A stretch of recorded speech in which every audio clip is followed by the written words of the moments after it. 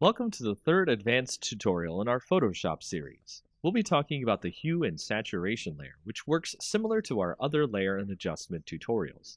Here I have my own image open from before. To set up a hue and saturation layer, just like before, we'll go to Layer, New Adjustment Layer. Then put a new hue and saturation layer down on top of the original image. So with hue and saturation, we can see that we can adjust the layer's colors, hue, the saturation, how deep the colors are, or how light they are, to grayscale, or lightness, how dark or light in general the image is.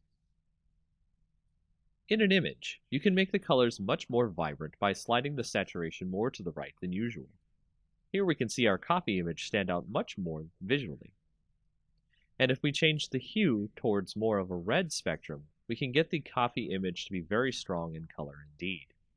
Use the lightness slider to make sure that things aren't too bright, as extremely vibrant color can be akin to looking into the sun for some viewers of your images. That's all for this tutorial, as you can change images you see fit to make them pop.